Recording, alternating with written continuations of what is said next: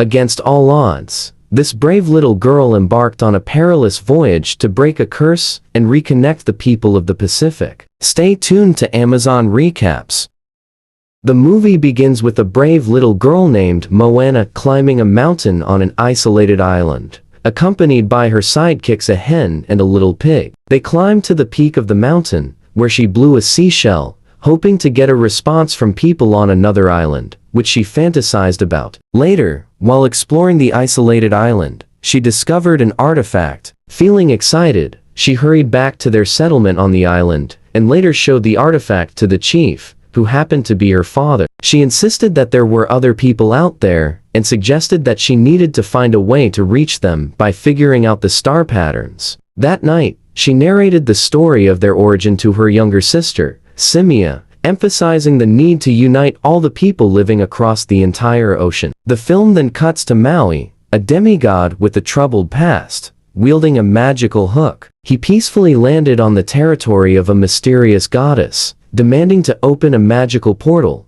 but he was later captured. Meanwhile, back at the island, a coronation ceremony was held where Moana was given a task. After drinking a magical potion, she found herself in the spirit world. She met one of their ancestors, who pointed her to the direction of Montefedu, explaining that it was a place she needed to get to. It was a long journey to find the lost island that would break the curse and reconnect the people of the Pacific. He emphasized that the fate of her people depended on it. Knowing that the journey was perilous, she hesitated for a while, but after a brief conversation with her grandmother's spirit, she finally agreed to go on the journey. Later, she told her mother that she'd need a bigger crew.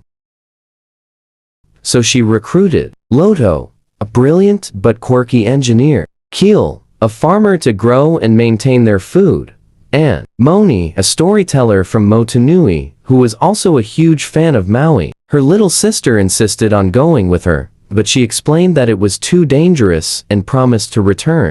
The next day, she bid her people farewell and departed with her new crew. Later, they encountered a floating settlement filled with small but strong and intelligent creatures. They were stung with sedatives and captured. However, the leader of the tribe explained their genuine intentions and set them on course toward the mouth of a giant sea monster, leaving one of his men to accompany them. Inside the mouth of the monster, they encountered different creatures, but escaped, though Moana fell into a separate hole. Later, they met Maui. They were astonished to see him in person, but Maui, feeling ashamed, was only trying to break free from his chains. After acquiring his hook, he set himself free and asked about Moana. Alone in a mysterious chamber, Moana met the goddess who had imprisoned Maui. She spent some moments with her and was later sent to reunite with the rest of the crew as well as Maui. Moana said some magic words, and they were all sunk down a portal that led them to their path. But Maui insisted that they should not have come, explaining that Montefedu was hidden under the sea and a monster storm, and they were all going to die. This information saddened everyone. Later, they arrived at an isolated island full of dry rocks. Eventually, Maui cheered them up and devised a plan, which excited everyone as they continued their journey. When they got close to the monster storm, Maui engaged in a fierce battle to destroy the thunderstorm while the crew navigated. When Maui returned to the boat, the storms reappeared, disappointing them all. However, they didn't stop there.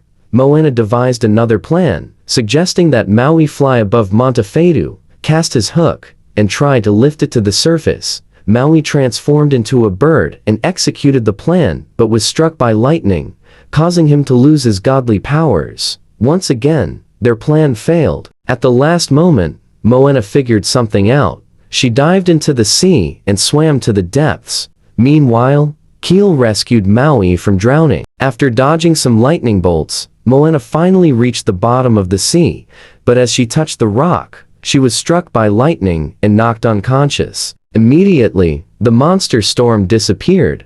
Maui noticed Moana was unconscious and dived into the sea to rescue her, but he was too late. A magical space was created around them. Maui said some enchantments, and all the spirits of their ancestors gathered around, including Mona's grandmother.